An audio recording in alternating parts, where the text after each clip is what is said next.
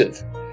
The reason why I'm interviewing Benjamin Fulford today, which in my time here in Los Angeles, California, would be November 28th, 2011, a Monday. For Ben, it's already Tuesday.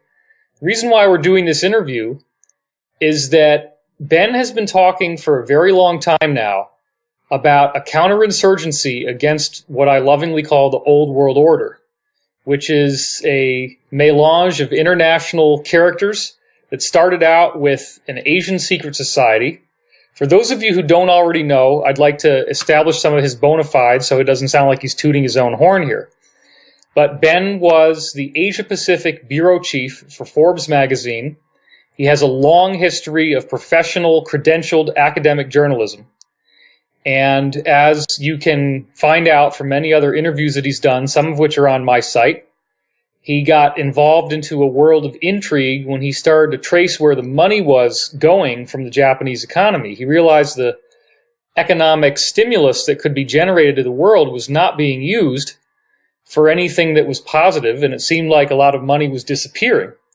And that investigative trail actually led to him getting death threats and getting drawn into an Asian secret society as a counterbalance against the Old World Order guys who also tried to silence him and bribe him by offering him, I forget, Ben, was it an ambassadorship they wanted to give you or something like that? Well, they offered me at one point the job of finance minister of Japan. Finance minister of Japan, right. They also, believe it or not, offered me General Electric and General Motors. Really? Well, yeah. Like you would be the CEO or something? Yeah, and I guess I'm chief shareholder. Okay. The problem, of course, is I had to go along with their plan to kill 4 billion people. It's a classic sell your soul to the devil situation. Right, they just need to lighten the load and get rid of some surplus. That's how they like to talk about it. Well, they want to save the environment and get rid of the useless eaters, yeah? Exactly. So, look, man, I've been on the internet since 1996. I've had my own public presence since 1998. And I watched you ever since you came out. And I noticed right off the bat, I believe you emerged in like 2007. Was that correct? Something like that? Yeah, it must have been around that time. Yeah. Because I'd been researching a lot of stuff before then, but I didn't feel it was safe to go out in public because I knew they would kill me. Yeah. And it wasn't until I got protection that I was able to come out and start saying this stuff.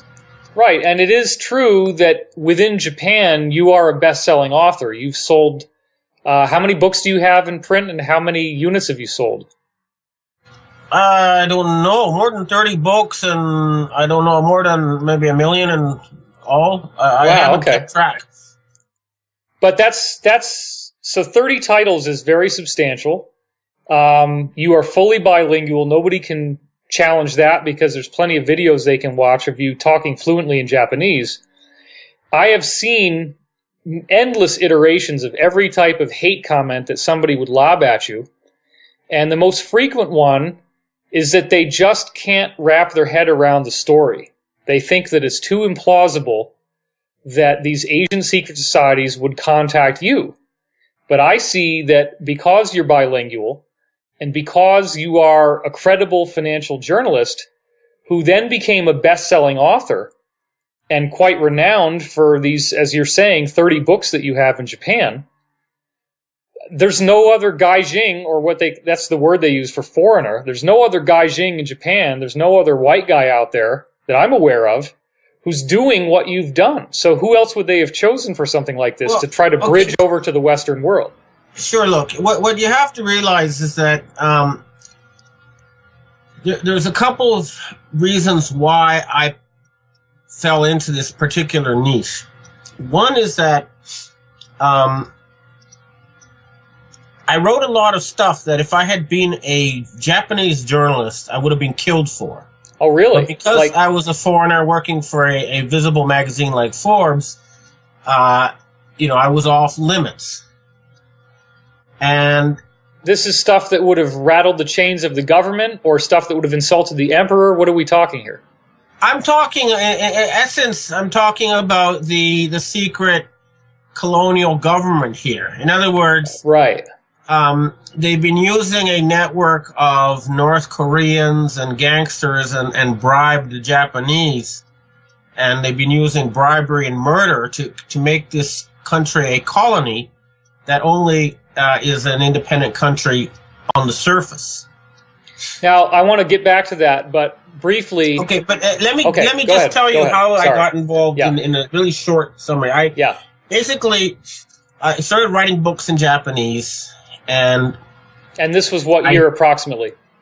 I guess the ones that really caused troubles came out around 2006, and basically saying, you know, the 911 stuff that was uncovered by many researchers in the West. So this was before you ever appeared on Rents or anything in the West? Yeah. Okay. And then I had a book out in Japanese that pointed out that SARS was a bioweapon that was designed to kill non-Caucasian people. For those who don't remember, SARS is the bird flu.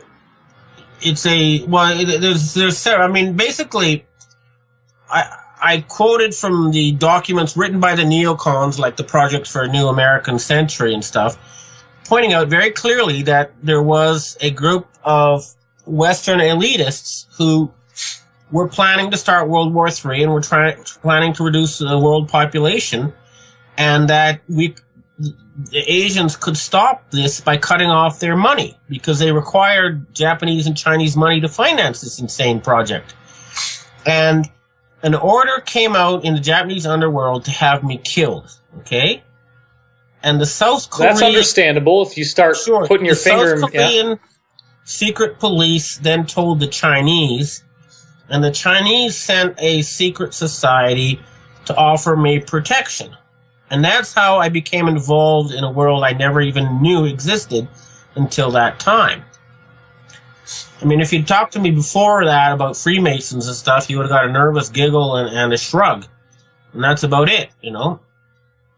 Right. It's a funny handshake, and they give money to charity and da-da-da-da. You know, but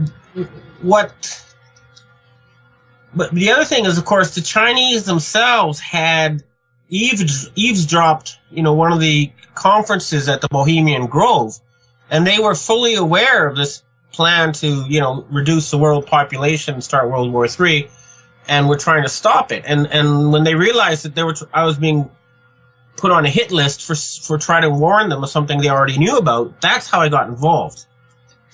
Okay, one thing, as I'm talking to you, I'm also responding to the fact that when we've published articles in the past, we get 200 or 300 written comments on them, and I'm able to read what everybody says and the feedback that they have. And so I'm trying to speak not just for myself, but also for the collective. Now, one of the stumbling blocks that I think we've had in other interviews that people don't get clear on is when you say the Chinese, people naturally think of this repressive government that's like burning people's houses down in Tibet, is restricting YouTube and restricting freedom and won't let people march on Tiananmen Square, and is basically just this human rights crushing monster. Okay, I guess I made a mistake when I said Chinese. Okay.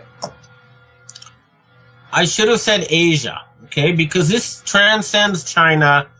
It involves Indonesia, the Philippines, Thailand, Japan, Taiwan, Korea. It's a pan... In fact, it goes right to the group of non-aligned nations. It's a 77-nation group that included places like Yugoslavia. So it was wrong of me to call it the Chinese. It's an Asian secret society, okay, not a Chinese secret society. What would be the relationship between this Asian secret society and the current communist government of China? Believe it or not, the old royal families of Asia decided that communism would be the best way to modernize China. Okay. So that behind and above the communist government in China and the mainland, the government in Taiwan, you'll find an old group of families whose connections go way beyond temporary political structures. Now, correct me if I'm wrong, but China is named after Emperor Qin, who was of the dragon family, and that was the first dynasty of China, right? Yeah. And so these people, he's the one that built the terracotta soldiers, where he took every soldier and every horse in his army and built a stone sculpture out of them. And there's all sorts of interesting facts about how this dragon family showed up, and that they basically kind of erased all the history from China before then, which is now being rebuilt by certain scholars. But that basically these Asian secret societies appear to be dynastic. They've largely been behind the scenes. They've amassed large amounts of wealth, and that's part of what we're into now, right? That's what we're talking about. Is you got to remember that there's not a single. There's several different competing groups, but essentially, you have a similar thing both in Asia and in the West. You have secret societies that are connected to ancient dynastic bloodlines. Okay. Okay. In the West, that would be the Rothschilds and the British royal families and the Freemasons and the P2 Lodge, okay? In Asia, it would be the dragon families, I would guess. And this would be all the various dynastic families and clan groupings based on, family ties. But in the West, you had a different group that and it's confusing because there's several groups that call themselves Illuminati, but there's a group that has contacted me, and they've proven to me they're connected to various agencies as well as international drug smuggling rings, okay? Okay. But they claim they started the French, American, and Russian revolutions, and that they are opposed to bloodline rule. And in the same way, the Asians have a secret society that's also based on meritocracy, and they're also opposed to bloodline rule. And this would be a group that, the Chinese triads and the Japanese Yakuza groups and these various other secret groups in Asia have strict rules against nepotism. So the son of a gang boss could never take over his father's gang. And these are linked to martial arts societies and also chambers of commerce. There's no clear line between like an official chamber of commerce and outlaw gangsters being chased by the police. It's a gray zone with light gray and dark gray. Okay. So what I'm saying is that you have both in the West and in the East, you have meritocratic secret societies and bloodline secret societies. Right. Okay. And could you just briefly enunciate for us?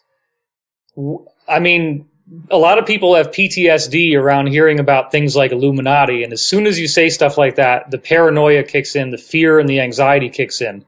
So when you say that these are dynastic bloodline families in Asia, that these are secret societies, are they sacrificing babies? Are they drinking people's blood?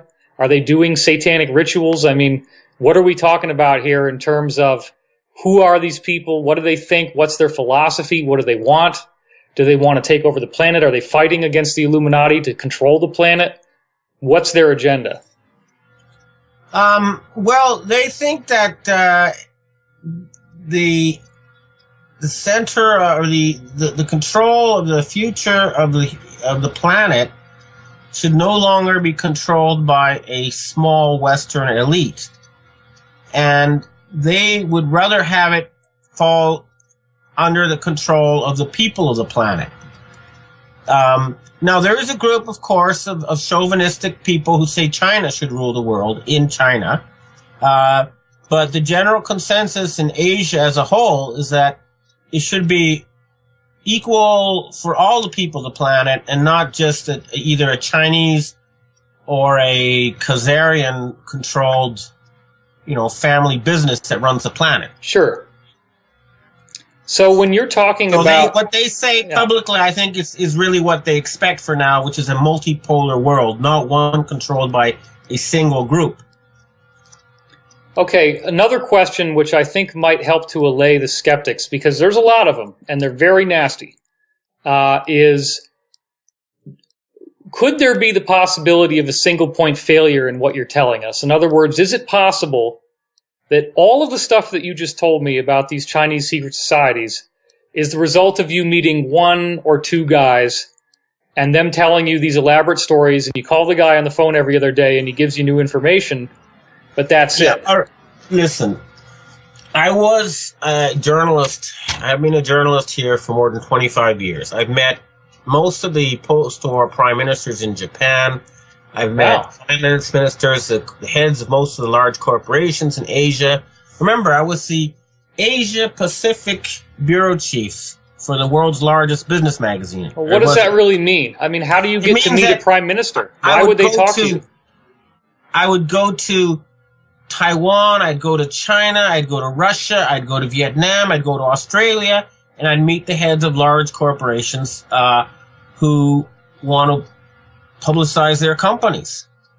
Well, what I'm trying to say is that were you selling advertisements? Hundreds of people, but also just more recently, since quitting that job, I've literally, my sources run into the hundreds, and I know the bosses of the triads, the Yakuza gangs.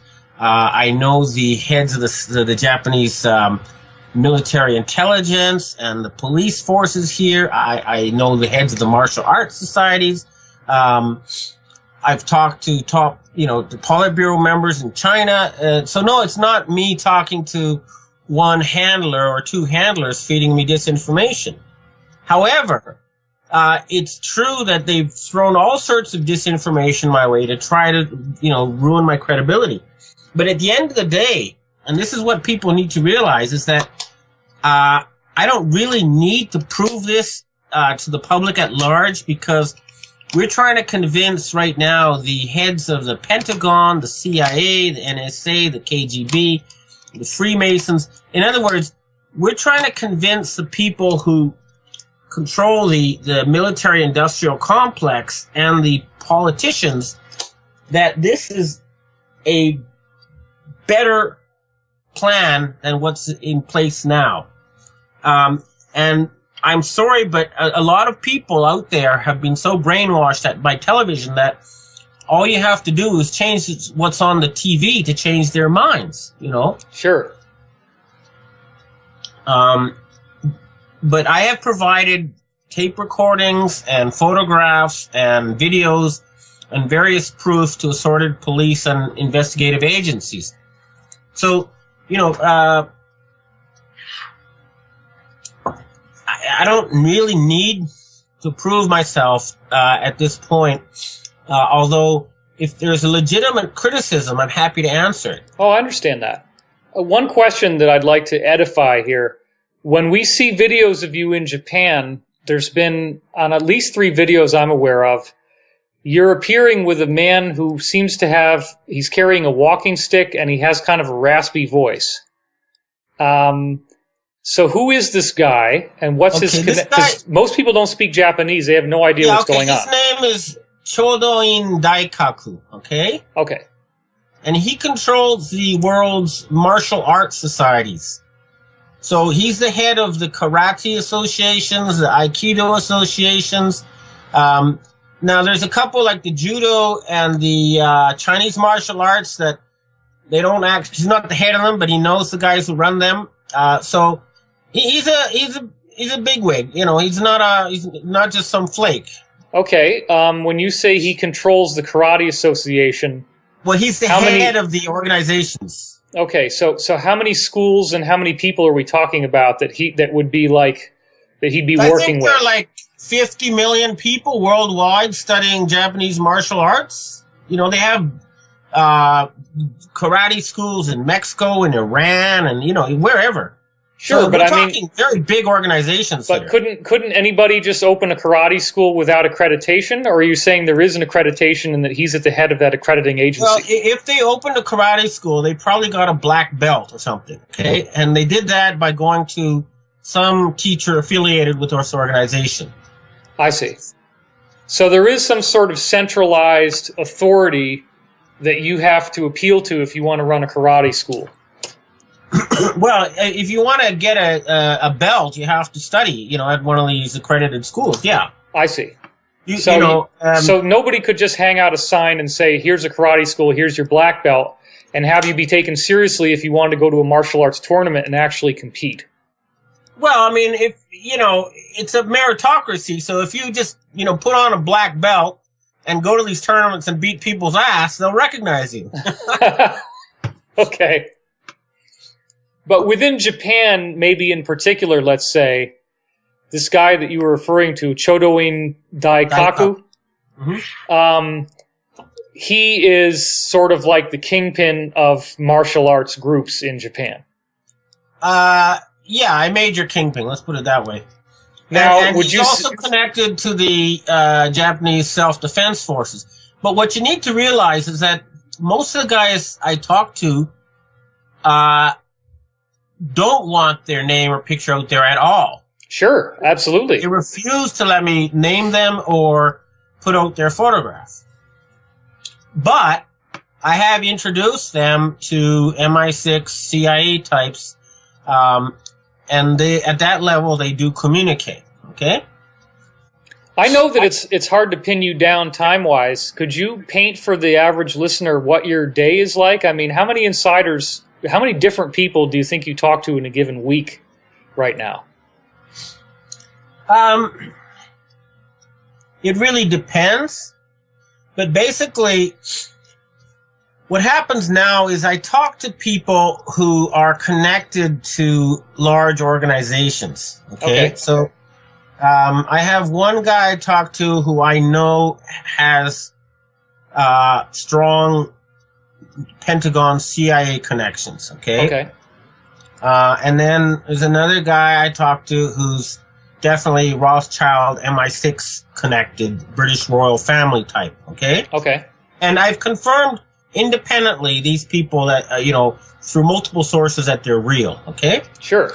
And then there's another guy who I talked to who would be connected to the Japanese right-wing groups as well as the Asian secret societies. And then there's this Chodoin guy I talked to. And then less often, for example, I talk to senior people of the Japanese gangs like the Yamaguchi-gumi or the Inagawa-kai or the Sumiyoshi. And there's a guy I talked to who's a KGB Serbian intelligence type I talk to quite regularly. From Russia or from Serbia? He's from, originally from Serbia. Okay, I should say more than that. Right. I don't want to betray your sources at all, so, yeah. But for example, I know I've gone out drinking with the wife of Prime Minister Khan Naoto many times. She lives in my neighborhood. Wow. There's a lot of people I know. So, there has been, though, and I'll mention this, there's been a very, very intensive campaign to make me seem like a flake. Sure. And they have a book about as thick as a phone book, a file on me. And they, first of all, they tried to kill me. And then when they realized that there was protection behind me, and that would mean whoever ordered the kill would be killed themselves in retaliation. The next, they tried to drive me into bankruptcy by blacklisting me. And when that didn't work. Well, hold on. What do you mean blacklist? Okay, I used to have regular TV shows in Japan, and I had... Oh, you did? Oh, yeah. A big primetime shows, and I was able to on publish, NHK or what network? NHK had a 20-minute special on me in prime time. I had various networks. But the point is, I was also able to publish stories in places that major Western media, but, I got put on a blacklist. Around what time was that? What year? That would happen, I guess it started around 2005, 2006 after I left Forbes and started writing stuff about 911. Yeah. That would be about it. So 9/11 was your first major book that you put out? Was that was your first book? Magazine articles, and then I was holding press conference at the Foreign Correspondents Club, explaining why I was writing about 911. just trying to get publicity in the Western media. And that's when I realized that either they were scared of losing their jobs or they were working for some agency and only pretending to be a journalist, and that the media was controlled. I mean, I already knew it was controlled, but I didn't know how thoroughly controlled it was until I had press conferences about 911 and presented the evidence. And people like the New York Times correspondent telling me that he would be fired if he wrote about this. So your opinion about 9/11 is obviously not Arabs with box cutters. What could you synopsize what was your conclusion that got you in so much trouble? You're obviously not supporting the official dogma around 9/11. Well, I think the short story is that it's that slogan. It was an inside job. The problem, the evidence is overwhelming, that it wasn't done by a small group of Saudi terrorists with box cutters. But the problem that most people encounter is that if it wasn't, then the implications are so mind-boggling because it involved such a large amount of people and so much planning and so many insiders that people go into a state of denial. Such a conspiracy was too large to be possible. And they just, their minds shut it off. Well, I also, my major in college was psychology, and I went through a suicide hotline internship, so I have the equivalent of master's just from education. And we learned, especially in crisis counseling, we learned about PTSD, post-traumatic stress disorder. Yeah. And what it turns out is that when somebody's been traumatized heavily, they create a dissociative partition in their mind. It's like a separate personality that handles the trauma. Yeah. And they get very defensive. And typically, if you tell them information that brings up that PTSD, that triggers their trauma, they will attack the messenger because the trauma is so severe that they will do anything not to actually re-experience it. In any case, if you go back to the history, you realize that, that they've always had to create fake incidents in order to get people fired up into war. This is, you go back to historical cases and people don't have that trauma associated with it. For example, if you look at why the Spanish-American War started, you'll realize it was a fake incident, the blowing up the ship, the Maine, right, and blaming it on Spain. Nice headline rhyme there, eh? Yeah. And then 70 years later, they say, actually, we blew it up ourselves, Right. Well, if we were at the time saying it was done by the Americans, they would have lynched you on the street, You mentioned a mind-blowing piece of information about the Titanic. Yeah, I mean, that was, remember a book came out a year before about a ship called the Titan that sank on its maiden voyage, and right. They got rid of, in one fell swoop, about 600 industrialists who were opposed to the taking over the Fed, and J.P. Morgan was saying, hey, let's all talk about it while we cross the Atlantic, and of course he missed his ship at the last moment, and they were prevented at gunpoint from boarding the lifeboats, Well, there's a lot of stuff that's going to come out, but the conclusion I've reached, and it's really quite mind-boggling, is that the story goes back to Sabbatai Zev, a self-described messiah of the Jews who lived in Turkey about 300 and some years ago. Mm-hmm.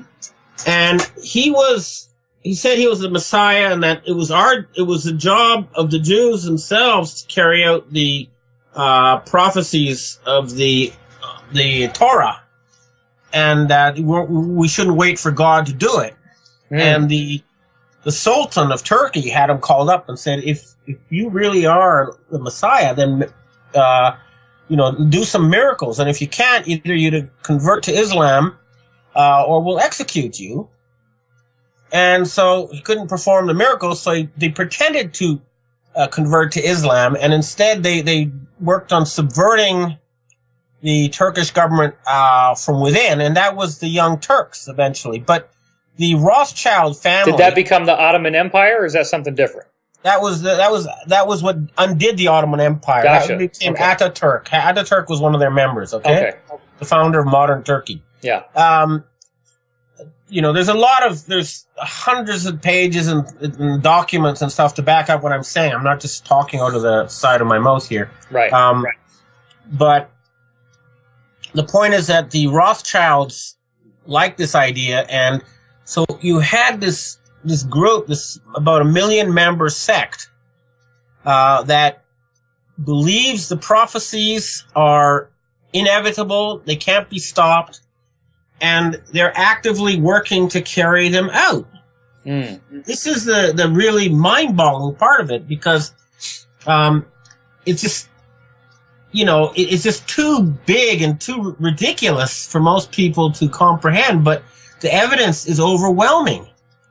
And the point is that these prophecies call for, at the end of they call for a huge battle between two great nations, Gog and Magog, Armageddon. Right. And that 90% of humanity would be killed in this battle, and then the remaining 10% would be enslaved by the Jews, who would each have 2,800 slaves. You remember, I've got Jewish ancestry on both sides, so this is not mainstream Jewish thinking. This is this particular sect, okay? Right. Which would be Sabbatean Jews? Yeah, Sabbateans, okay. I call them. Okay. I don't even call them Jews because their belief system isn't really Jewish. Right. You had Israeli newspapers, okay, and they tried to set up this war between the Soviet Union and the West, which would have done that, and they almost succeeded during the Cuban Missile Crisis. And I happened to be living in Cuba at the time, by the way. I was just a baby. Wow. But what happened then, and this is where we get into, hard financial history, international financial treaties, stuff that is very well documented in the archives, but basically a lot of the nations of the world said this is crazy, and they wanted something different. I'm going to take you back a bit to so people can understand what's happening now and what specific legal actions we're taking against this group of fanatics. Please do, yeah. I've read the entire 111-page document thoroughly, as if it was a contract I would be signing myself. So when we get to that, I'll be happy to dialogue with you. But go ahead, yeah, do it. I've been shown many documents related to this that nothing to do with that lawsuit. But essentially, in the 1930s, the Japanese invaded China. And their goal was to take the gold, confiscate the Chinese gold. And were they still was Japan at that time trying to create what they called the Greater East Asian Co-Prosperity Sphere? Or yes, but Japan was also still linked to the British. It's complex. But essentially, there was conflicting groups with conflicting goals. You got to remember that it's not a monolithic story. There's different actors with different agendas. Well, Japan was medieval up until 1877 when Captain Morgan, stormed the Japanese shore with gunboats and basically said "Westernize or die."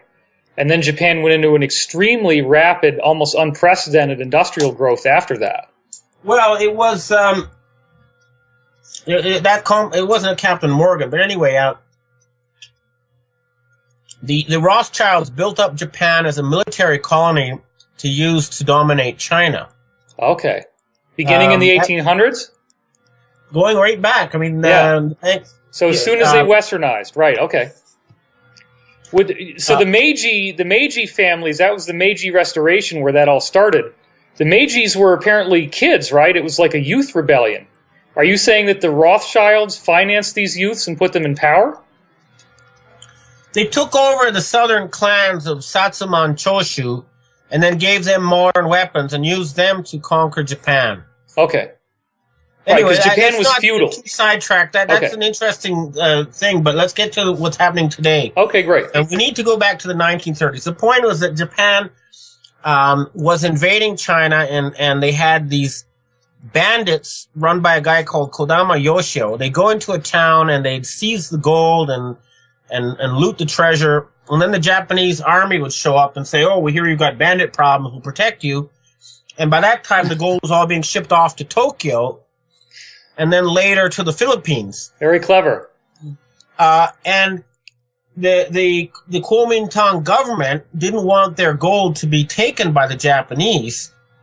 And in 1938, 7 U.S. warships filled with Chinese gold and silver, and a lot of the gold was sent out before, too, going back to the 1920s, was sent to the United States. And the Chinese were given 60-year bonds. Let's just stick to the 1938 ones. They were given 60-year bonds in exchange for the gold they handed over to the Federal Reserve Board. Now, I just want to thread this. Are you saying that the Rothschilds, to some degree, were still behind these criminal actions of stealing the gold? There's the American families behind the U.S. Federal Reserve Board who were trying to grab gold, and the Rothschilds who were trying to grab gold. It was a gold grab with different people trying to grab gold for themselves and their groups, okay? So Japan, in some sense, was acting as a proxy for them? Yes. Okay. But the point is that a lot of gold was shipped to the United States, and the Chinese were given lots of U.S. government bonds with astronomical denominations in exchange for that gold. Now, you mentioned that it was Kuomintang was the government. That would be the nationalist Chinese government that was in power in China at the time. Are those communists, or is this something else? No, they weren't communists. They're the people who then fled to Taiwan after the communists took over.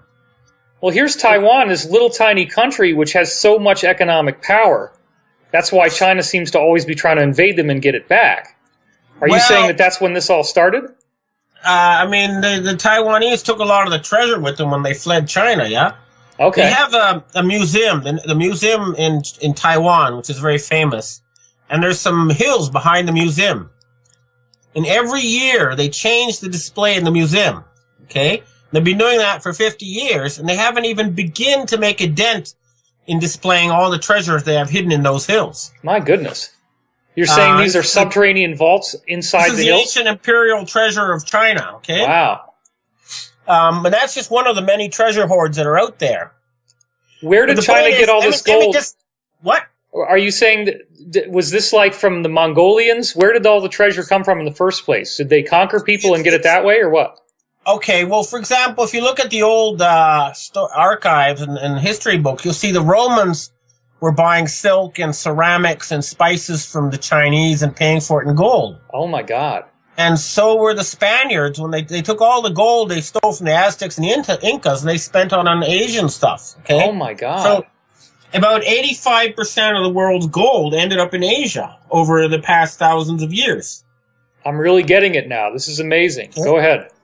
And so part of what World War II was about was a grab for this gold, all right? Wow. But do they have military fortification around these hills in Taiwan? I mean, obviously, they would have to guard that very extensively if you're saying there's that much assets there. Yeah. Sure, and their big plan for when China invades is to scoot out the backside with all their gold. But anyway, getting back to the thread. Right, so the Kuomintang fled China to Taiwan. All right, but what happened was the Western powers, the Western oligarchs, let's call them, their plan was to take all the gold out of private hands in the world. And what time frame are we in now? 1938? This is starting in the 30s. Remember, 1934, Roosevelt banned the private ownership of gold. Right, allegedly due to the Great Depression and the need to... And the Jews didn't want to give up their gold. That was one reason why they were rounded up and sent to concentration camps.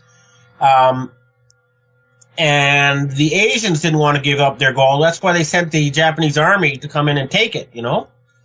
Okay. All right, so they wanted to... Because the Federal Reserve wanted to... I mean, the basic idea was Roosevelt said... Everybody who's, I mean, because some people may still not know this if they're that ignorant, that the Federal Reserve confiscated everybody's gold. Even if you had it in a safe deposit box in the bank, they looted your safe deposit box and they took your gold away, correct? Yeah, they're doing that now, too. Really? If you have gold in a safety deposit box and they haven't taken it yet, get it out as ASAP. Wow. Anyway, let's go back to the history. Okay. 1944, they had the Bretton Woods Agreement. And at this agreement, a gold-backed international financial system was set up. And most of the gold that would not be being controlled by the Western powers was removed from the market. How do you mean removed from the market? You mean it wasn't... It was blacklisted and hidden in caves or buried in the sunken ships in the bottom of the ocean. Okay? Wow. Now, so you're saying that meant that equity did not count towards whatever currencies were created worldwide? No, it was taken off market. This is a question of control. So, for example, the Thai royal family had lots and lots of gold, and they're not allowed to cash that. Even to this day. The same with the Persian gold, which was shipped to Taiwan when the Shah of Iran fell, or shipped to Thailand when the Shah of Iran fell. But again, let's try to get to the thread. Let's try to stick to the plot here. Understood. We'll go back to this stuff later. So, 1944, Britain, France, and the United States were given a 50-year control over the global financial system. Okay? 50-year mandate. And they were supposed to develop and modernize the planet. However, the Roosevelt, it turns out, was poisoned, killed. He didn't just die, okay? And there was a fascist coup. And the military-industrial complex guys basically wanted, instead of the development of the planet, they wanted this Cold War between the Soviet Union and the West, which was part of this Gog-Magog plan, you know? Right. And in 1955, the non-aligned nations, that's a 77-nation group, including China, Indonesia, Yugoslavia, India, you know, they all said, look, this is crazy. We don't want to be part of this Cold War. And they had the historical rights to most of the Asian treasure. Were most of the Asian countries represented in the non-aligned nations? Oh, yeah. I mean, pretty well all of them. How about South America? South America, yeah, a lot of the countries are there, like Brazil, were a part of the non-aligned nations. Okay, how about Africa? Well, Africa was still a proxy colony. Look, you'd have to go back to the point is there's 77 nations. I don't have the list in front of me now. Okay, that's fine. But included most of the people on the planet, just not the Soviet Union and North America, the European peoples, basically. Right. And they said that they wanted to finance a Marshall Plan for Asia and Africa to modernize these regions. This is the non-aligned nations that wanted this. Yeah, and they pooled their treasure to finance this. But you said this is illicit black market. There's an international treaty that people who doubt me can look up. It's called the Hilton Green Memorial, okay? Right, I've seen you talking about that. Yes, well, this was a treaty where they wanted to finance a Marshall Plan for developing Asia and Africa and the rest of the world. And they had as their asset base these blacklisted gold funds that were in Thailand? Yes, and the signatory to all this money was President Sukarno of Indonesia, who happened to be related to most of the royal families, at least in Asia. Oh, so that's why Indonesia then. It's because he had a blood connection to these folks. Yeah, and then they designated him as a signatory. Okay. And when the Cuban Missile Crisis came and the world nearly went to all-out nuclear war, a guy called Benjamin Friedman came out and basically admitted about these insane Gog-Magog plans. And Kennedy and a lot of people in the U.S. said, all right, this is crazy. We don't want any more of this secret society craziness. And he agreed to work with the non-aligned nations to end the Cold War and to finance the development of Africa and Asia, and then to keep the military-industrial people happy, he was going to, send a man to the moon and do that kind of stuff. And Benjamin Friedman, did he also blow the whistle on what was going on behind the Cuban Missile Crisis? Is that why you mentioned that? Well, he said, yeah, they're trying to create this war on purpose so that they could take over the planet. Gotcha. Okay? There's plenty of evidence for this. But anyway, Kennedy got gold from Indonesia, and he put out Kennedy bonds and notes, dollar bills that were controlled by the U.S. Department of Treasury, not the privately owned Federal Reserve Board. And that was Executive Order 11110, right? Yeah, something like that. But he was killed, okay? And then Sukarno was driven from power, and... By whom are you saying?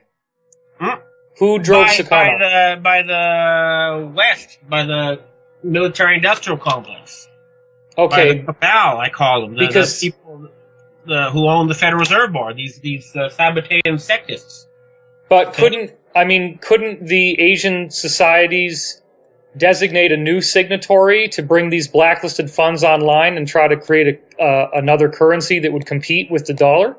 Well, they didn't have the military power, okay? Basically, what they did is they went underground. They didn't sign over anything, okay? We have Sukarno's nephew has signed over the rights to us now, but we'll get back to that. Okay. What happened was in 1968, they set up a fake heir, a fake signatory, and they is the Asian societies? This would be Henry Kissinger. No, this would be Henry Kissinger and the Rockefellers and all these people. The Bushes, the people behind the murder of Kennedy, the members of this Sabbatean cabal, okay? They set up a fake heir to what? Well, they forged the rights to use that money as a basis for issuing currency, for creating dollars. They tried to in other words, they didn't have the historical rights to 85% of the world's gold that was owned by the Asians. But they faked the rights. They forged documents to claim they had the rights. So they wanted to repatriate this gold that they had taken out of the market before Bretton Woods was convened. Some of it was laundered by BCCI, Chase Manhattan Bank, Black Eagle Trust, and a few other of these groups. And it was this gold that was laundered illegally from these Asian stashes that financed the black ops and the various, secret doings. Right, so this gets back to what you were saying in the 1930s, where the Japanese troops were confiscating gold from the Kuomintang. Yeah, and that was taken either to the Philippines or to Japan. At first to Japan, and then when it got too iffy, they transported it over to the Philippines. Now that wasn't kept in any type of Federal Reserve Bank for those countries. That was in some private storage. It was totally offline. Yeah, it's a hidden there's about 125 known sites hidden. Wow. How much tonnage are we talking about here? How much gold was it? What I'm being told is that the story we've been all told about how all the gold ever mined in history could fit one or two Olympic swimming pools. It's a total lie. Wow. And there's at least 9 times or 10 times more off-market gold than there is officially tradable gold. My God. And some of it, like I say, was laundered by the CIA types to finance various things. Now, again, I want to take a little side trip here. What happened with one of these Asian secret society groups that I contacted was worked in the Golden Triangle during the Vietnam War. And where is that? That's the area between China and Vietnam where they were producing all the heroin in those years. Oh, goodness. And they were selling heroin to the CIA, and the CIA was selling heroin to finance their black ops. So they had quite a markup off of the original price they were paying. Well, anyway, it was a big business that was out of the control of governments, and what happened was the Asians contacted their old CIA contacts and said, "What the hell are you guys doing? Why are you spreading diseases and trying to start World War III?" And a lot of those old CIA black ops types actually came forward and started helping us, which is kind of ironic, but still welcome, Well, maybe they're trying to avoid the hangman's noose or something, right? Well, also, I think they realized that they were being fooled into, by this fake anti-communism, and they didn't like being fooled and used, Yeah, I did speak to one guy who worked in the CIA and actually worked with one of the recent American presidents in cocaine smuggling. And he explained to me in quite some detail the rationale behind why they felt it was necessary to control the flow of cocaine. Mm-hmm. And they have all these rationalizations about, we don't want people to die from bad cocaine, and if we can control it, then we know exactly where it's going. These Swiss bank accounts with all this money, Right, exactly. Which helps kind of lubricate your conscience a little bit, but still. Anyway, let's get back to the main flow. So in 1994, the Bretton Woods mandate expired. And right, you said it was a 60-year commission that was started in 1944. Yeah, the 50-year commission. 50-year, okay. And before that, they stole the money from the foreign holdings, the dollar holdings of the Soviet Union. I'm sorry, I want to ask you one dumb question, though. Brett, you're saying 1944, but it's my understanding World War II didn't end until 1945. Yeah, but the Bretton Woods Conference was in 1944. They already knew what was going to be the result. So, I see. Okay. That's just, that's open history. Bretton Woods is no big secret. Okay, no problem. So you said that the mandate expired in 1994 after 50-year term. Yeah, and it wasn't renewed because they said, hey, France and U.S. and Britain, you didn't modernize the world. You didn't keep your promises. Now, who's the they in this case? It would be all the other countries. Remember, there's like 200 countries or something that have sovereign rights still. So they would have to ratify the agreement to get it to renew. They'd have to sign off on it. So there's been no real agreement at the top of the global financial system since then. And so then the only reason why it hasn't changed any faster is they don't have the military muscle to do anything about this. Well, that's what part of it. And President Clinton, he started. These guys were thinking, to hell with it. We're just gonna start World War III and get ourselves out of this mess by killing everybody. And Clinton started off by allowing 100 times leverage. Like gambling 100 times. So $1 you could buy $100 worth of tickets. Right. And if it goes from $100 to $200, then your $1 is multiplied 100-fold. Anyway, they turned the financial system into extreme gambling. Were they using these confiscated gold accounts from the Kuomintang to back that up? Or it was all backed up. They didn't have any legal backing anymore, but they were going ahead with it anyway. Now, what happened was, in 1998, the Chinese, they sued the Federal Reserve Board. They said, hey, you've got to give us back our gold. We have these contracts. We gave you the gold. It was 60 years is up. Give us back the gold. Why would they have waited 4 years? Why 1998?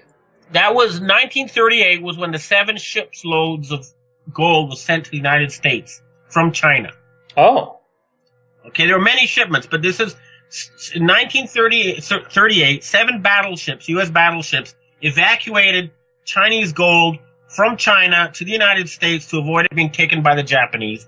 And they gave the Chinese all these Federal Reserve Board bonds promising to give the gold back in 60 years. Is there any recorded history of that, or is this all... Oh, yeah. Okay. The Chinese have elaborate documentation, which is why this whole lawsuit is taking place. Is any of that documentation public domain, though? Yet. It's all going to be there in that lawsuit, so it's public domain when it goes into the lawsuit. But, I've seen lots of pictures. I don't know, I'm not an expert in arcane bonds, but... Right, but as a financial journalist, you certainly had contact with economists. Would the average Western economist have known about these shipments in 1938? Yeah, sure. That would have been headline news. I'm sure if you went back to the newspaper archive, you'd find stories about it. Terrific. Okay, great. Okay, this is something you could find because just go to an archive. I'm sure you'll find stories about Chinese gold being evacuated. So this was done by the U.S. military to protect the Kuomintang gold from the Japanese army. Yeah, which was actually the Rothschilds. Well, let's leave that all stuff out for now. But you know, the point is that in 1998 they sued the Chinese owners of the gold, sued the Federal Reserve Board, and said, "Give us back our gold." The Federal Reserve Board people argued that they didn't have to give back the gold because they gave a bunch of gold to Chairman Mao in the 1970s when China renewed relations with when the United States renewed relations with communist China. But could you be more technical than what you said? A bunch? I mean, what are we talking here? 200,000 tons. Jeez, I believe.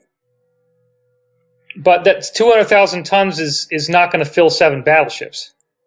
Well, that's sort of the point. They lost the case. Right. The International Court of Justice said, you know, you guys have to give back the gold you took. And they said, okay, and the first shipment of gold they're supposed to give back was due to be sent on September 12th, 2001. Jesus Christmas.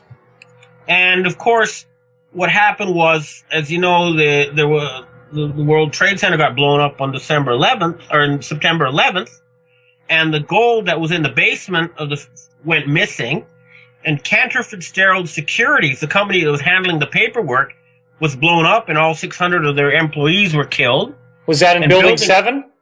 No, this was the World Trade Center building. Oh, okay. And the Building 7, where the Treasury Police and all these people was blown up, and all the paperwork there was blown up. And basically they said, we're not giving back the gold. So it leads one to reason that if charges were placed in the World Trade Center when it was constructed, I believe it was constructed in the 70s, right? No, look, let's just, I don't want to, look, there was plenty of evidence. I mean, okay. President Bush's brother was in charge of security at the World Trade Center. There was all sorts of construction going on there. I'm just trying to think with the audience here because we're talking really fast, and some of these things are going to make them just go head over heels. They're going to be reeling when they hear this. I mean, you're exposing an absolutely incredible through line that shows more compellingly than any other motive I've ever heard of why specifically did the World Trade Center come down. That there was this massive gold cache underneath the World Trade Center, and they snuck it out, I guess, by some kind of railroad tracks or something, right? Like a train? It was shipped to California and then, I believe, to Paraguay. Oh, my God. But the point is that, okay, what happened next? So China must have known they got rolled. I mean, when they saw the World Trade Center come down, they must have suspected something immediately. Of course they knew. They said these bastards aren't going to pay us back. They're trying to...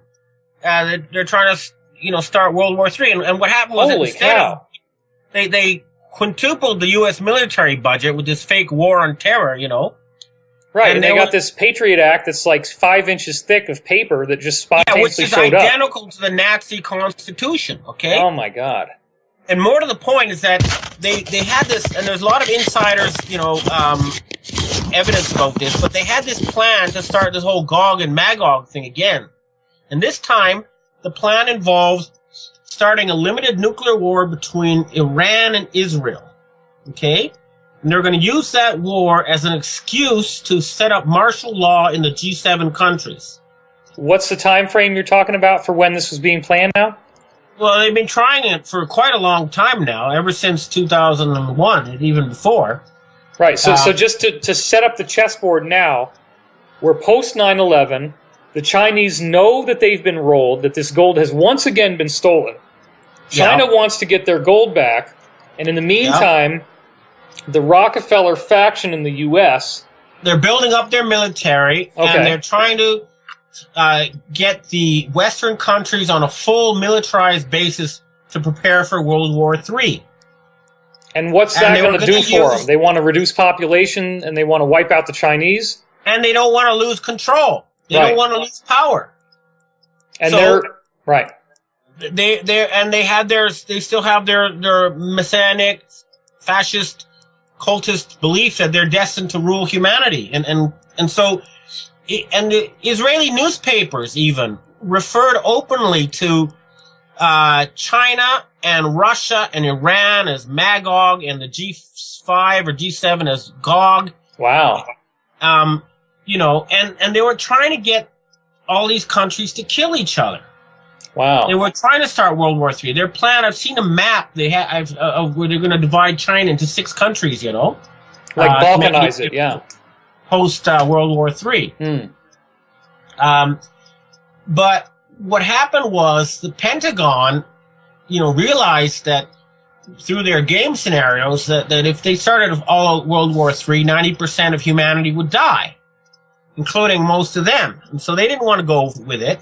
And they constantly prevented attacks on Iran. They stopped Israeli air raids. They invaded Georgia to stop an Israeli attack on Iran from there. They didn't want to start World War III because they realized it was insanity. You're talking about the South Ossetia War now? Yeah. That was an Israeli air base that was designed to attack Iran and start this whole thing. Oh, wow. Okay, so this is, you know, it's truly crazy stuff, but the evidence is right there in front of your eyes. I mean, it's in, and like I said, the Israeli newspapers openly talked about it. Haaretz and places like that. So, what happened now, there's a plot, a counter plot was they sent these people to cash $1 trillion worth of the bonds that were given to them by the feds. So you're saying now that the Asian secret societies, who control enough gold that if it were repatriated, it would be thousands of trillions of dollars. That's what it says in the legal document. Yes. They created a sting operation with these guys. Together with the CIA. Together with the CIA, okay. The CIA guys who they used to work with in Southeast Asia, right? Who don't want the powers that were to still be running the show. Yeah, well, they realize they're insane and incompetent, and you know, they were like one level below these guys and knew that they were crazy, you know?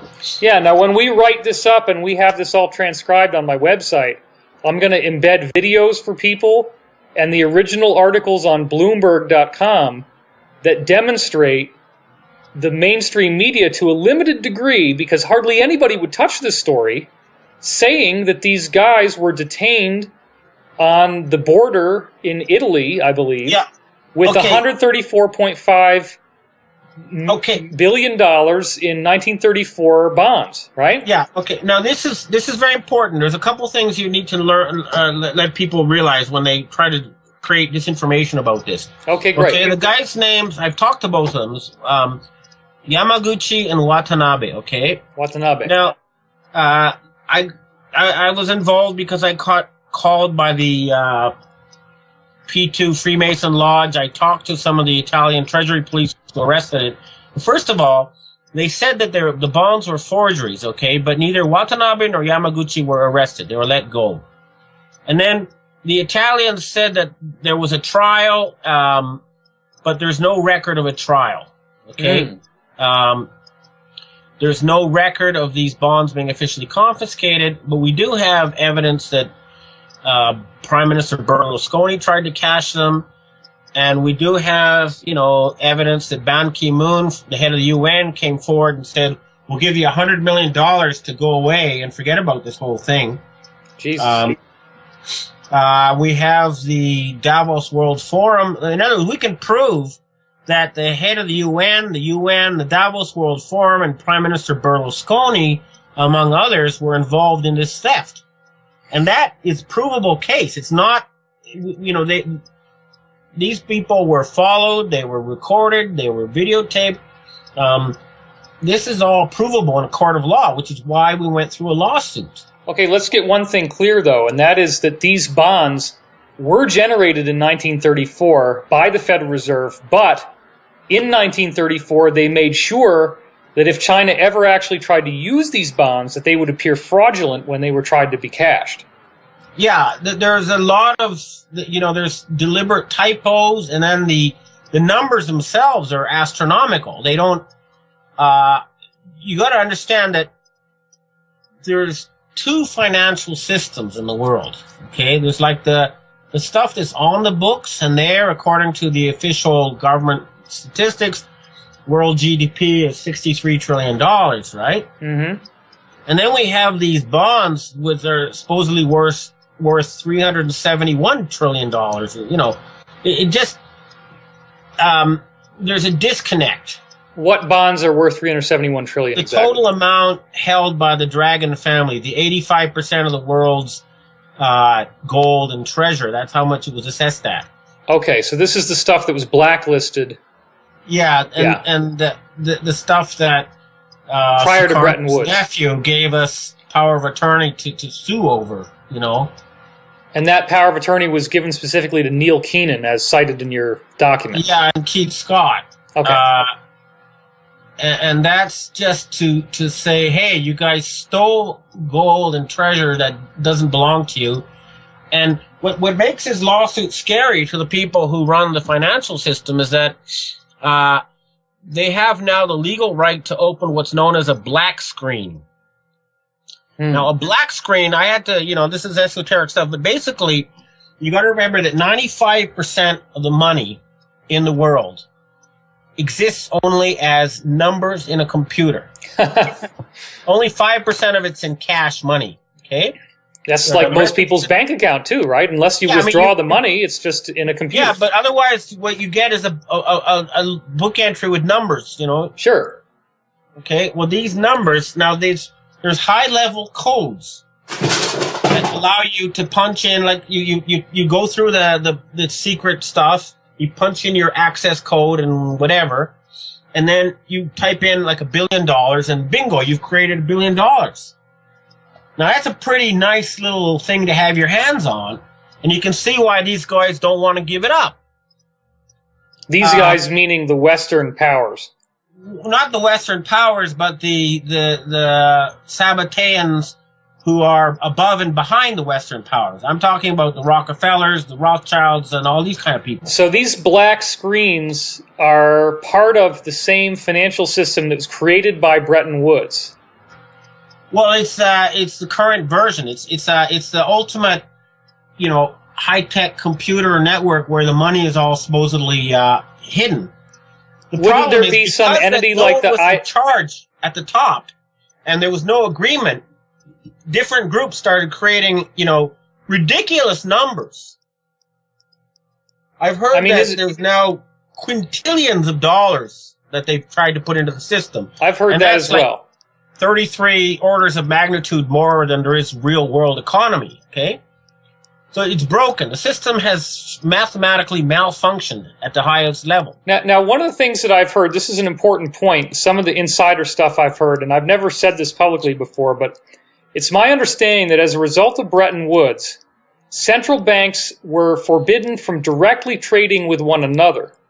They had to have civilian intermediaries who actually were the bond holders, who actually kept the equity in their own private accounts. But part of Bretton Woods was that these people were supposed to deposit like 80% of the yield as this money was created out of thin air into humanitarian relief programs. Would you agree with that?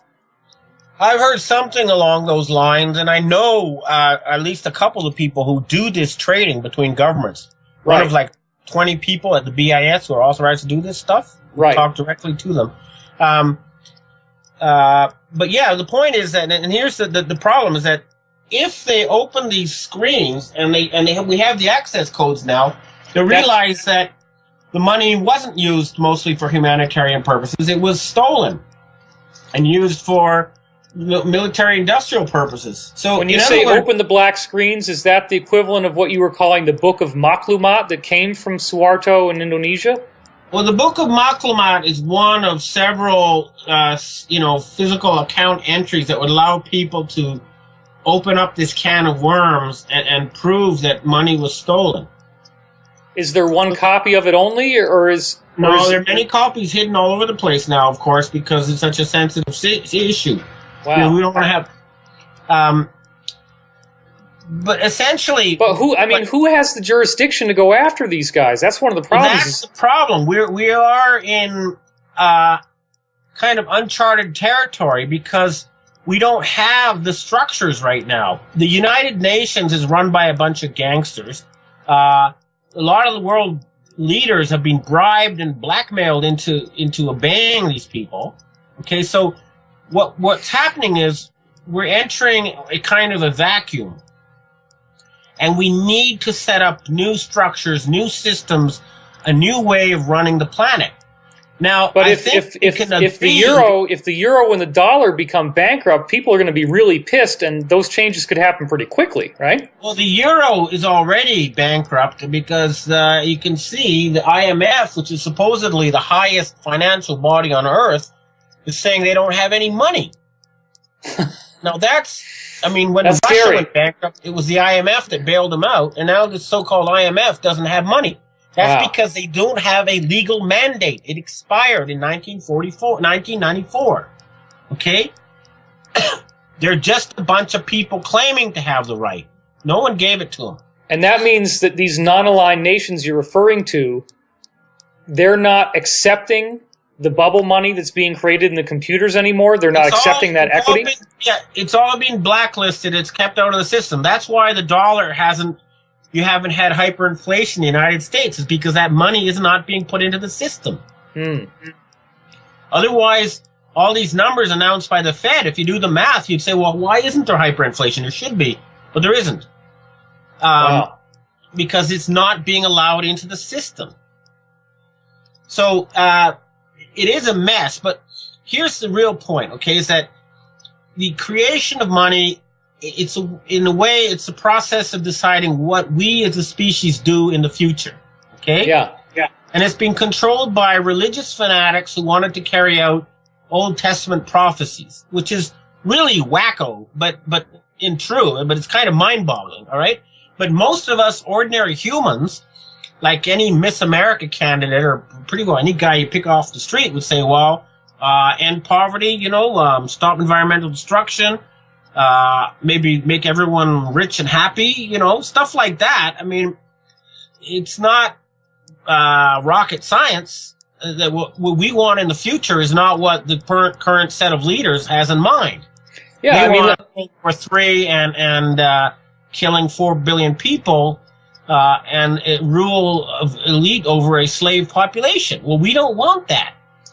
But right, you're actually saying that I mean, because we've revealed something in this interview that I've never heard you say publicly before, and that is that the amount of gold that's here, it's like all of the confiscating of the Roman Empire that pulled it out of these ancient places where it already was, that it all somehow made its way over to China because of silk trading and this and that, and opium.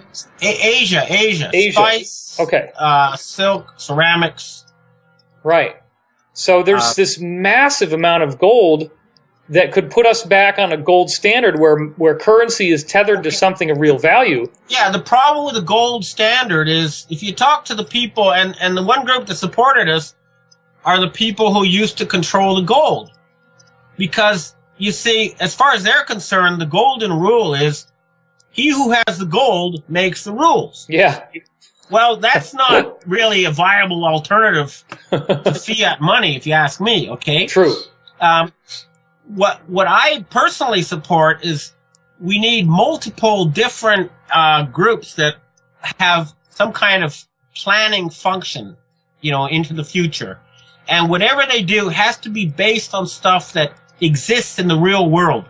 There is a discipline in reality that you cannot escape. If you grow wheat, that wheat exists, and then you can put out a receipt saying, hey, this is good for wheat. But if you just put out a receipt that's backed by nothing, it doesn't exist. It's just a fact of nature. Right. And what I've supported is I came here when, back in the 80s when Japan was #1 and it was the country of the future, and they had a system which I thought was the best we've seen so far on this planet. They had what was known as an economic planning agency.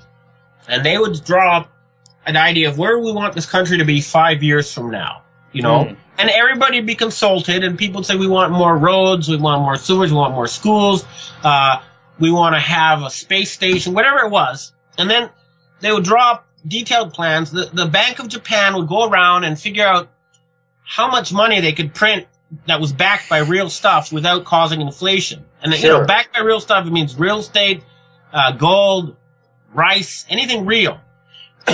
And then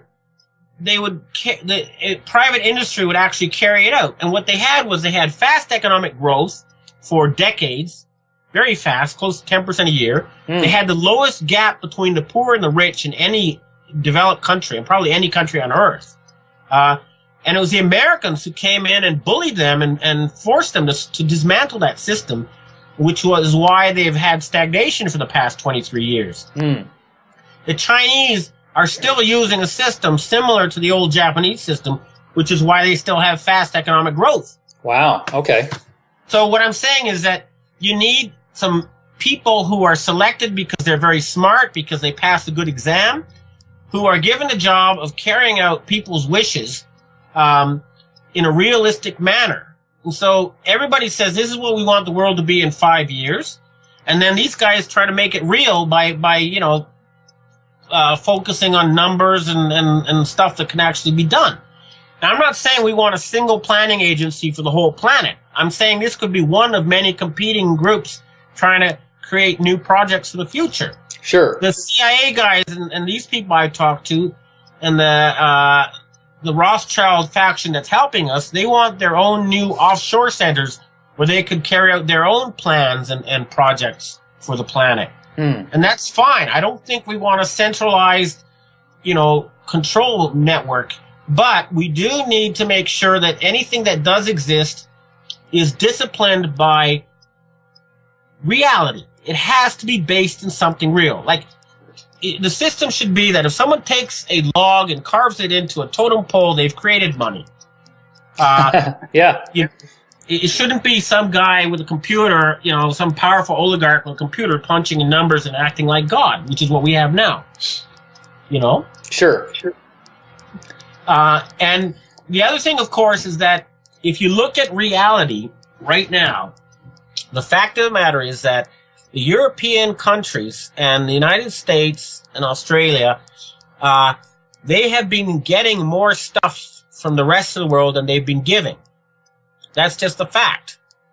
And that right. means The only export they have really is financial products, which basically is just bubble money. And weapons. Weapons, right. But the United States has the world's best universities still. They have a very intelligent, well-educated, hardworking population, and they have all this high tech that's being suppressed for so-called national security reasons. Right. So we can get these scumbags out of power in the Federal Reserve Board and free the American people. The potential for a boom such as never been seen before is right there. It's ready. But first, we have to let the old system collapse. These guys are not going to go quietly into the night. They're threatening war still. They're still trying to attack Iran. They're still threatening. I've had reports now that they're planting nuclear bombs in the seabed off the shore of Tokyo to try to create another tsunami here. Jesus. They're up to all sorts of nasty stuff, and we have to stop them. Now, you've said before that one of the enforcement arms that could come into play now that you've driven the wedge with this lawsuit is the Pentagon. The good guys in the Pentagon could at some point actually do mass arrests at gunpoint of, as you've said, I believe most of the House of Representatives and the Senate, because these guys have private accounts in the Vatican Bank and they've been bribed, right? Yeah. I mean, so you're talking about media heads of the top 5 media companies that have been controlling the media to promote this agenda? Well, these guys are preparing to move on that at some point, right? That's the problem, is that they're not quite sure what to do next. There's a lot of confusion, okay, because it's sort of like, it's one thing to say, all right, let's put these guys in jail, but then they say, well, now what? And there's no coherent plan in place for what's next. I mean, Keenan and his people, they have their ideas. I've got mine. Other people have their own plans they're all pushing. But what I do believe, though, is that, yes, you need to get the out-and-out criminals out of power. Okay? Put them under house arrest. You don't have to put them in jail. Like, most of them, it's one of those systems. It's sort of like, I don't know if you saw the movie Scorpion King, but one of these movies where you come in to the top of the pyramid, you beat the guy in a sword fight, and you show up at the top of the stairs with the head in hand, and everybody bows down to you. Right. And most of these guys are used to that pyramid system, you know. Right. If you change the top, it's like they automatically go along with the new program and say, well, hey, you know, I was just following the pharaoh, you know. Right. So it could be a system where you don't even have to put anybody in jail. You just say, okay, we've changed plan now. There's a new game plan, and instead of building pyramids, now you're going to be building universities. And they'll say, okay, you know, let's go for it. So, but having said that, there are a lot of incompetent gangsters at the highest levels of power who shouldn't be there. Right. They don't know how to run a country, and they don't know how to run a planet, and they don't belong in that job. And I mean Obama, among others. His record proves it, you know? Well, I think he's folded way too many times to the pressure groups around him. Okay, he's a pup. That's a fact of the matter, you know. But the point is that what we do need is we need to have, as quick as possible, an open debate. We want to get everybody in on it. We don't want this, you know, so that we can say, all right, what are we going to do next? It's one thing to get rid of the old system, but if you don't have anything ready in place, you end up with chaos, you end up with a loss of civilization, you know, you end up with collapse of order. And that's one thing that we all agree we don't want. There's got to be a transition towards a better way of running the planet that's not going to destroy but build, you know? Well, I don't mean to play devil's advocate here, but if the Asian secret societies and the non-aligned nations have put this squeeze play where, as of our interview, November 28th, there's stuff in the news saying the euro isn't even going to last 10 days, we don't have a lot of time to make those decisions. Right? Well, I mean, because people are going to start suffering when these collapses that you guys apparently have helped to engineer finally happen. Well, unfortunately, because the people in power in the United States, in Washington and Wall Street, and in Europe are being very stubborn, they're sort of acting like Hitler was at the end of World War II. I'll let Germany collapse before I move from power. Right. Is that there's going to be a really tough winter in the United States and Europe as things stand now, because these guys are not going peacefully and quietly into the night. They're not accepting that we need a fundamental change in how we run this planet. And that is why it's going to be a tough winter unless you hurry up and get these guys out. Well, and they're going to have incredibly powerful disinformation campaigns that will do everything they can to make you appear to be a fool, and that everything you're saying is a lie. Sure. And that if this group actually succeeds, that it's the New World Order and it's the Illuminati and it's fascism and martial law and FEMA camps and all the stuff that they've been trying to get people afraid of. So how do you counter that? Well, the reality of the situation is stronger than the propaganda, okay? Right. I mean, they can talk all they want. It's like they say, well, now I've got $1 quadrillion. $1 quintillion. See, it's in my computer. All right, go try to spend it. See what happens. You know? Right. See how far you get with that. When Bush was trying to flee to Paraguay and they stopped him, okay? Let's see what happens when he takes his black card or whatever they have and goes to the store and they say, sorry, can't buy anything. These guys will be just street trash once their money is frozen, and it's being frozen. Well, now, you had said before, I mean, right now you're saying there isn't really a consensus with the Pentagon in terms of when or if to do these so-called mass arrests. I don't know. Look, what I do know is that the Pentagon people always told me they're waiting for this lawsuit to be a trigger, okay? Okay. And now there's a lot of, okay, well, it's there. We understand that the system is rotten and broken, but we're not quite sure what to do next. And there's a lot of behind-the-scenes negotiating and talking and running around. And as things stand,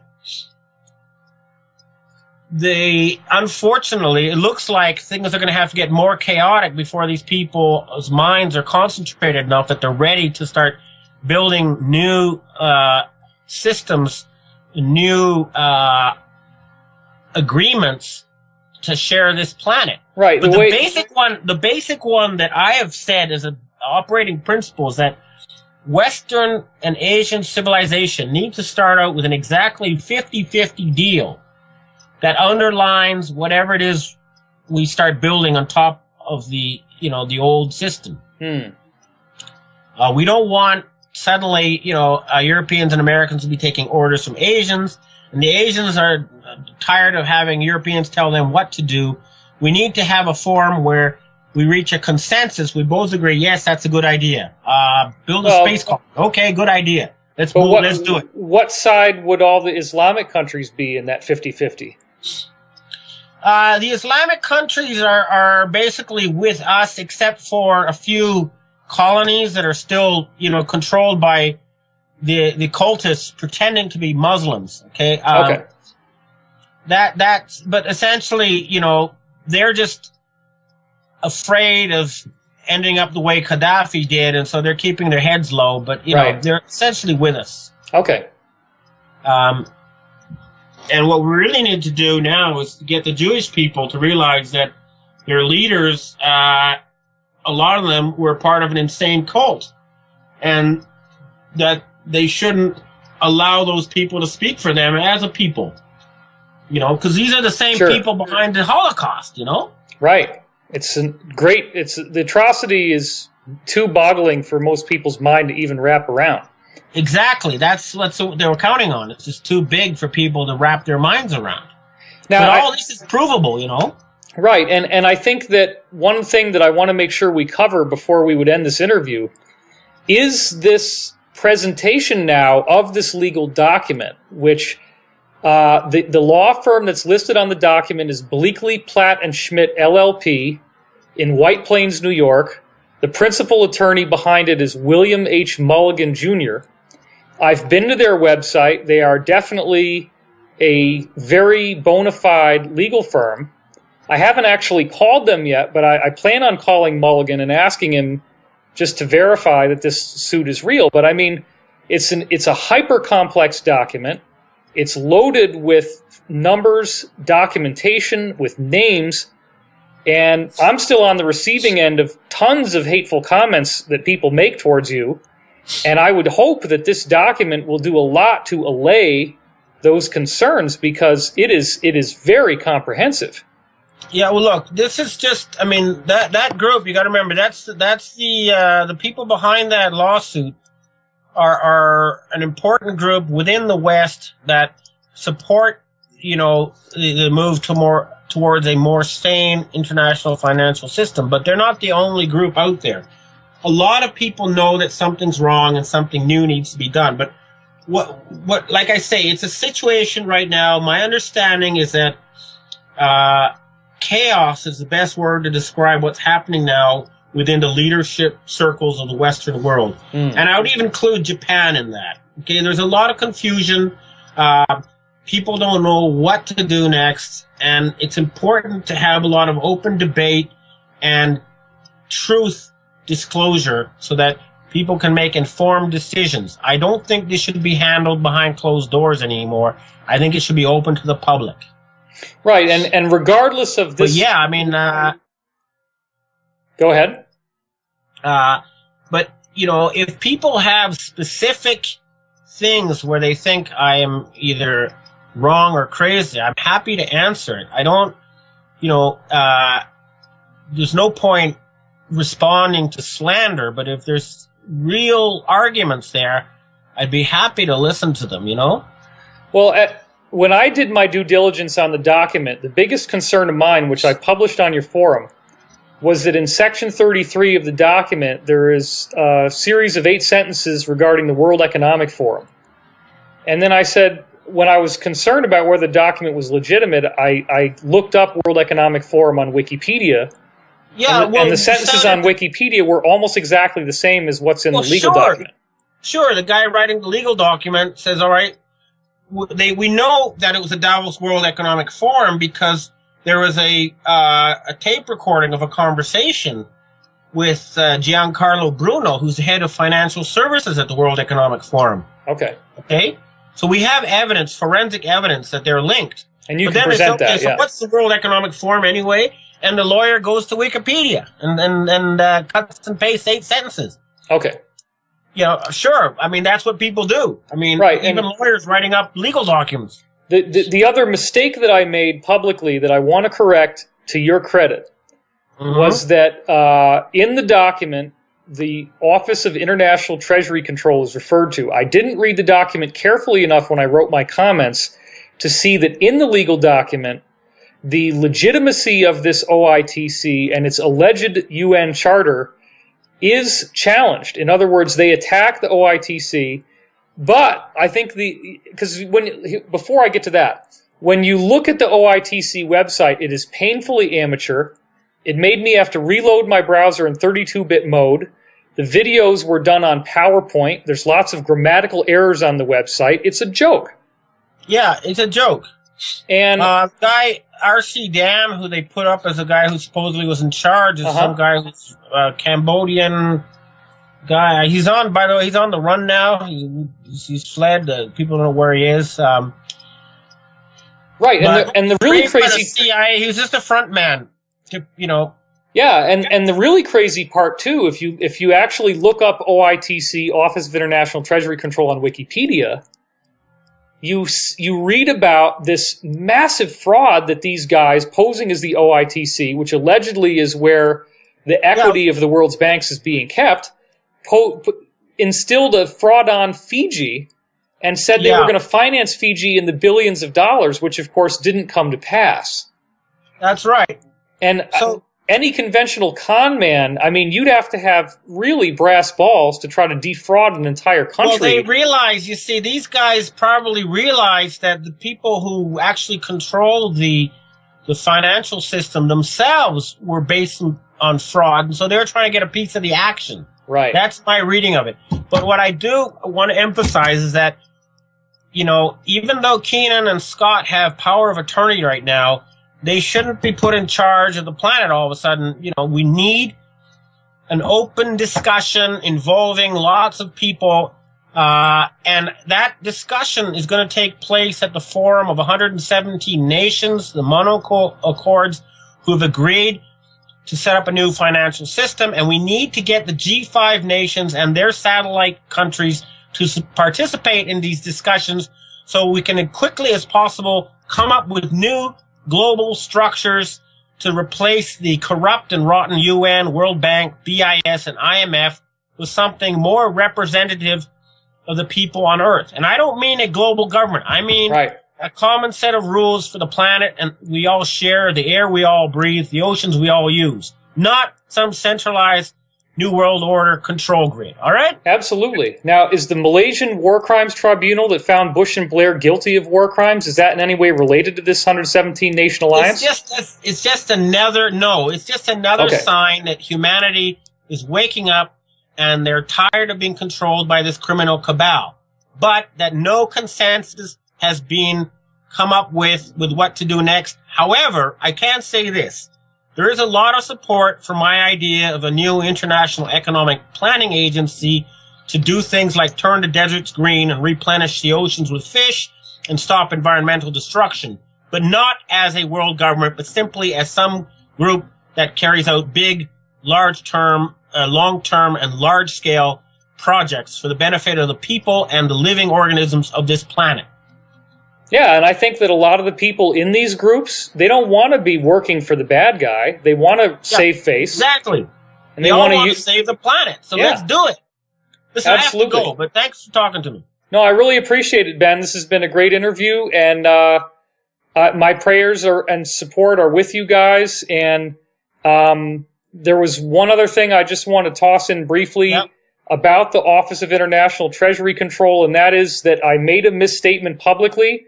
When I went back and read your document, the document clearly states that this was a fraudulent organization, but that the UN is at fault because they allowed this organization to continue to prosper without ever publicly refuting their alleged charter. Ban Ki-moon himself, the head of the UN, is using fraudulent documents as we talk to try to take over African countries, just like they're using the same fraudulent documents to try to take over Europe. My God. Okay? Now, he's citing 7 families as his authority, and the 7 families, of course, are the 7 families that founded the Federal Reserve Board. Oh my God. And they have no authority. They're a bunch of crooks and gangsters. And we need to kick the bums out. All right? Thank you very much, Ben. But I don't want to end on a bad note. What we really need to do is end poverty, stop environmental destruction, and create a wonderful new future for the planet and the species on it. Well, we're all behind you, and we look forward to the next update. Thank you so much, Ben. Thank you very much. All right, take care. Okay, this is David Wilcock, and after finishing my interview with Benjamin Fulford last night, I wanted to do my due diligence on this whole story. It's an amazing story. I know that many people have trouble believing in a story of this scope. I know that many people have trouble believing in Benjamin Fulford, even though, as we just established in this interview, he has impeccable credentials. He's met with prime ministers. He's met with many of the top people in Asian government, military, etc. All that being said, the proof in the pudding is in the eating. And if this lawsuit has been filed, then there are going to be telephone numbers on it, including the names of the law firms involved, and so forth. So what happened is I decided to take a risk in making this jump to actually try to find out if, in fact, this attorney, William Mulligan, and the firm that he claimed to represent, Bleakley, Platt and Schmidt, was real.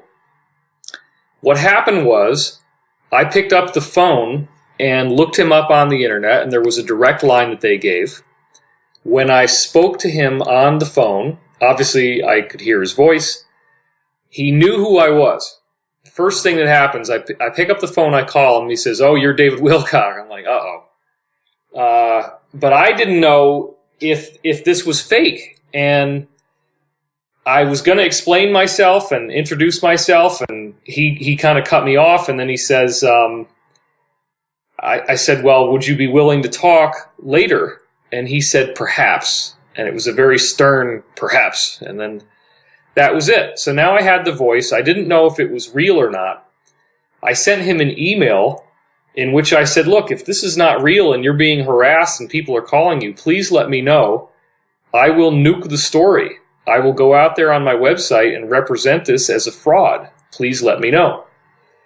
Immediately after I sent that email, on my browser, through this little pop-up window that lets you send it right to him on the Bleakley, Platt and Schmidt legal website, I go back to my inbox. There's a brand new email that wasn't there but 30 seconds earlier before I had checked all my email right before I wrote the letter. I go back and I have a letter from an old-time friend and acquaintance, Kimberly Yeager, who's on with me right now.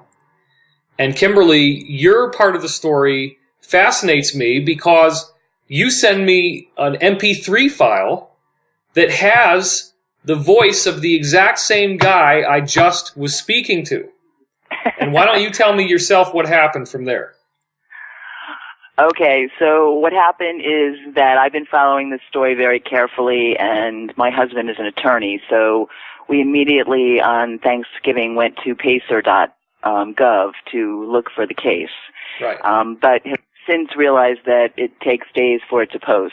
Right. But continued checking Pacer every day for the last couple of days, and this morning I asked him to check again, and he's the one who sent me the contact information of the firm.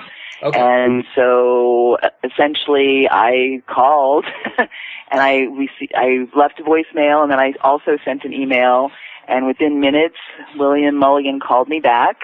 I have the caller ID on my phone from the same number. Wow. And he made the statement that you have the clip of that you can use. We'll post it in right now. So for the listeners who are listening, here we go. We'll roll the clip. Thank you, Mr. Mulligan. So if you would just answer my question, we would all appreciate that. Thank you. William Hughes Mulligan, Jr. I'm a member of the firm of Bleakley, Platt and Schmidt, and yes, we filed the complaint on November 23rd, representing Neil Keenan, index number 11 Civ 8500. All right. Thank you very much. All right. Thank you. Have a great day. You too. All right. Bye-bye.